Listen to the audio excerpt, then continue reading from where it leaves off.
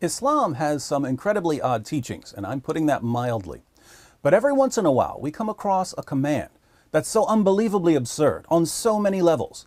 We can only wonder why Muhammad wasn't laughed out of Arabia when he delivered it to his followers. Take, for instance, Muhammad's solution to the following problem. Suppose a man and a woman, who aren't married to each other, need to be alone together for some reason. Perhaps the man is a household servant and the woman's husband goes away on business trips. How are the man and the woman, who aren't married to each other, supposed to avoid having sex?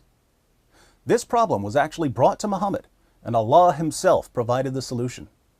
Allah, in his timeless wisdom, revealed in the Quran that in order to prevent any sort of illicit sexual encounter, the woman should breastfeed the grown man 10 times. This will technically make the woman the man's foster mother, so they won't be tempted to have sex. Now, if you're thinking to yourself, 10 breastfeedings, that's too much, don't worry, Allah has got you covered. Even though the Quran is supposedly Allah's eternal word, Allah eventually changed his eternal mind about the need for 10 breastfeedings. 5, it turns out, is quite sufficient. Sahih Muslim, 3598. It was narrated from Amra that she heard Aisha say, when she was mentioning what kind of breastfeeding makes a person a mahram. A mahram is a relative you're not allowed to marry or have sex with. 10 definite breastfeedings were revealed in the Quran, then 5 definite breastfeedings were revealed too. Notice that Aisha says these verses were revealed in the Quran. Let's read another. Sahih Muslim, 3597.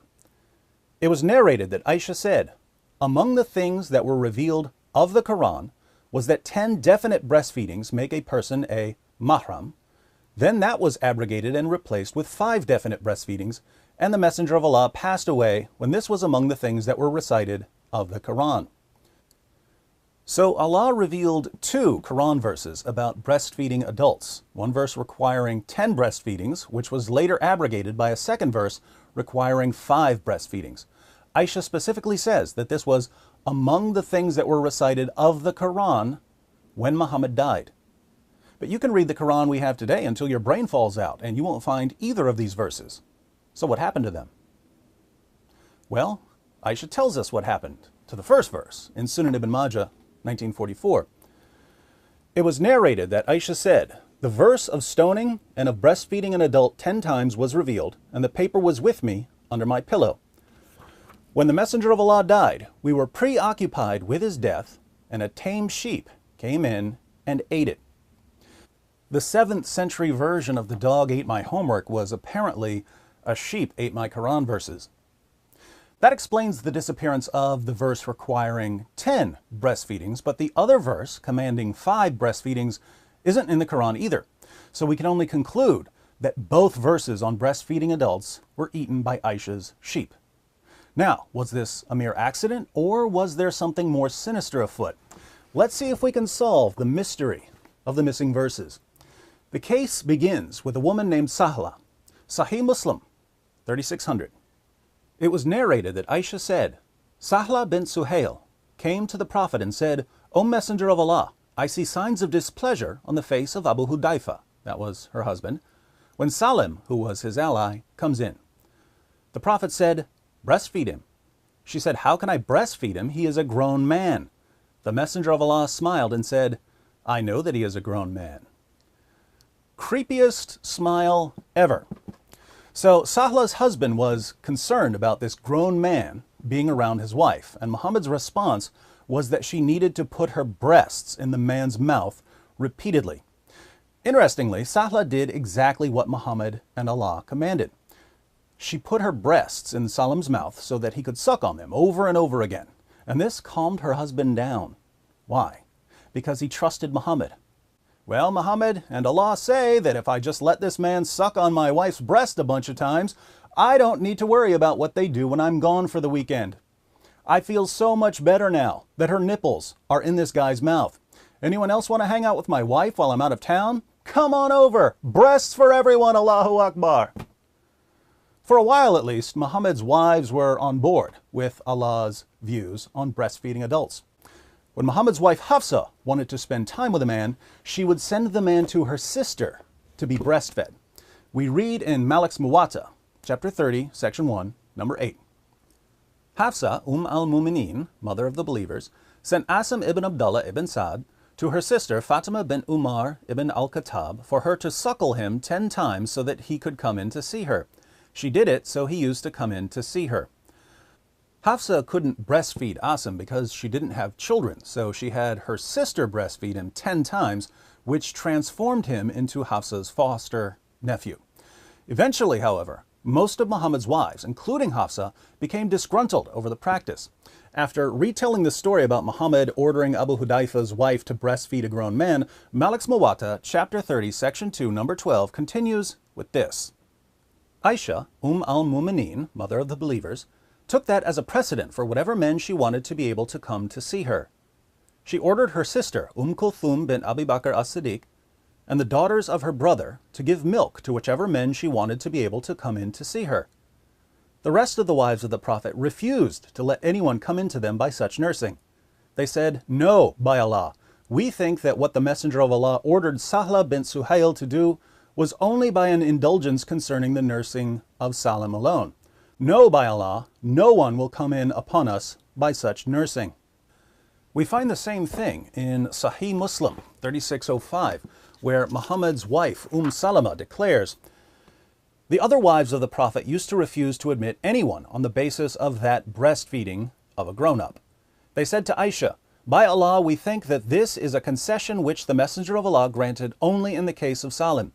No one will enter upon us or see us on the basis of this type of breastfeeding.'" So Muhammad's wives were claiming that the command to breastfeed adults only applied to Abu Hudayfa's wife in the case of Salim. This explanation obviously doesn't work for 3 reasons. 1, there were 2 Quran verses about breastfeeding adults. Whichever verse was meant for Abu Hudayfa's wife, what was the other verse for? 2, we know that Abu Hudayfa's wife was told to breastfeed Salim 5 times.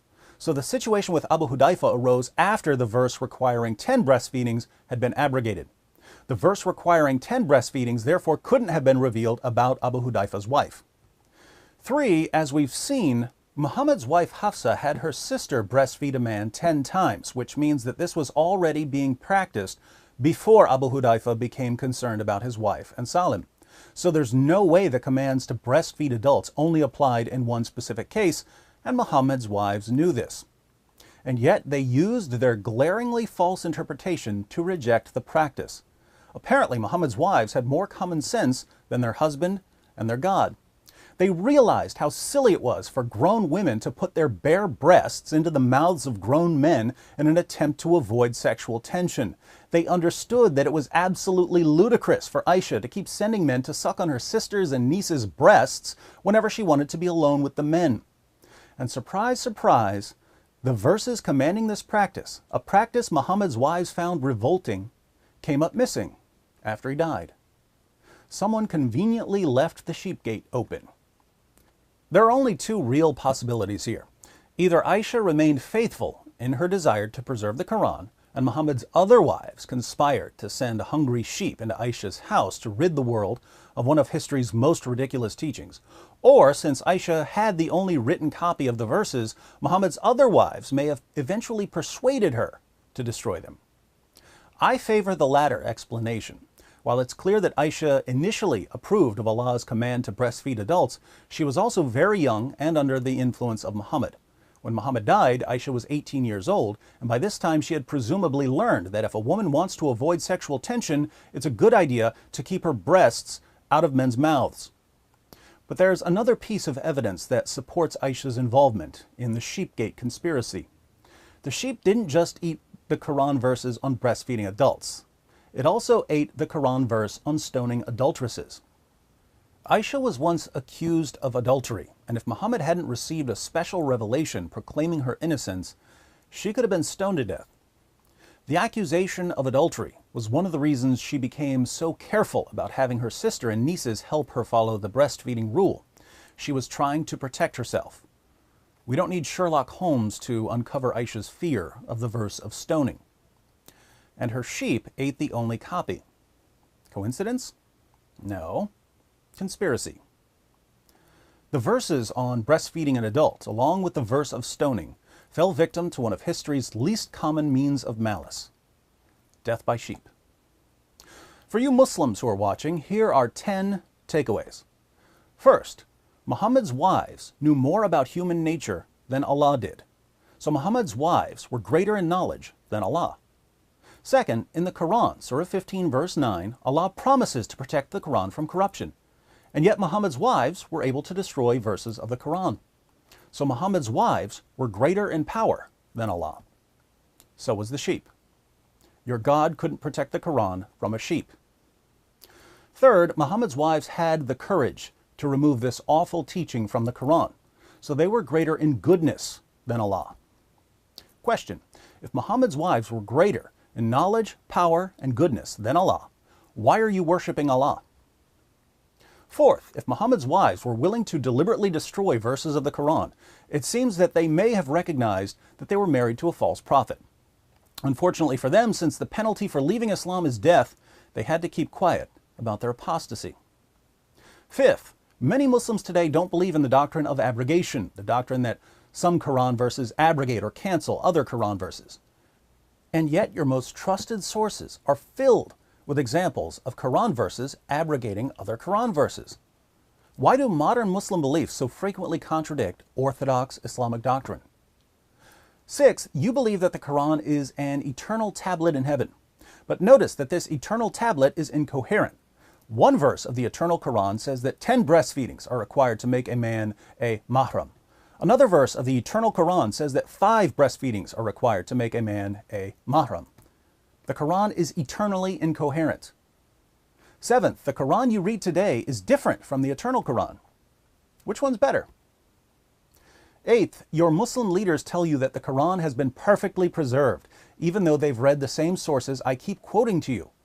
Your leaders know that, according to your most trusted sources, entire chapters of the Quran were lost. Large passages of the Quran were lost. Verses were lost. Phrases were lost.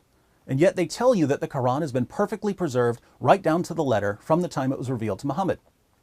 They tell you this because it gives you confidence in the Quran. But your confidence is based on deception. Ninth, if your leaders keep lying to you about the history of the Quran, what else are they lying to you about? 10th, if your leaders are the ones who are lying to you, and I'm the one who's telling you the truth, why do you get mad at me? For more on changes in the text of the Quran, click on A Brief History of the Quran. If you'd like to see me solve another Islamic mystery, click on Who Killed Muhammad?